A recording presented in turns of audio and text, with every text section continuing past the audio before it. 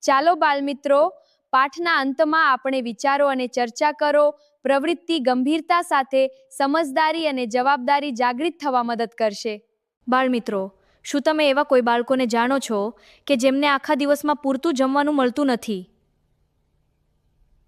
લાલા, મારા ઘર નજીક એક મજૂરનો દીકરો છે, તેને હંમેશા પૂરતું ખાવું નથી મળતું. અમારા ગામમાં પણ કેટલાક બાળકો છે, તેઓ ક્યારેક સ્કૂલમાં જમવા માટે જ આવે છે. હા, એ સાચું છે. હા લાલા, મારા ઘર નજીક એક મંદિર છે, ત્યાં ઘણા બાળકો આખો દિવસ ભીખ માંગે છે, તેમને પૂરતું ભોજન નથી મળતું. અરે, આ સાંભળીને દુઃખ થાય છે. હા, તેમને મદદ કરવી જોઈએ. તો આપણે શું કરી શકીએ? તમારી વાત સાચી છે. હવે એ કહો કે આ ભૂખ્યા બાળકો માટે કયા કારણો હોઈ શકે? વિચારો. ગરીબી એક મોટું કારણ છે. કેટલાક લોકો પાસે કામ નથી હોતું, એટલે પૈસા નથી મળતા. ક્યારેક અનાજ હોવા છતાં બધા સુધી પહોંચતું નથી. કેટલાક લોકો અજાણ હોય છે કે કેવી રીતે મદદ મેળવવી.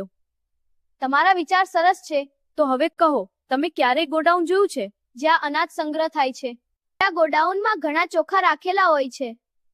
હું મારા પપ્પા સાથે ગામના ગોડાઉનમાં ગઈ હતી. હા, મેં ટીવી પર જોયું છે. મોટા ગોડાઉનમાં ઘણા ચોખા રાખેલા હોય છે. ત્યાં ઘણા અનાજના ભરેલા થેલા હતા. લાલા, ક્યારેક સમાચારમાં પણ બતાવે છે કે ગોડાઉનમાં અનાજ બગડી જાય છે. તો મિત્રો, એક બાજુ કેટલાક લોકો પાસે ખાવાનું નથી અને બીજી બાજુ અનાજ બગડે છે. આ સમસ્યા સમજવી અને તેનો ઉકેલ શોધવો ખૂબ જરૂરી છે.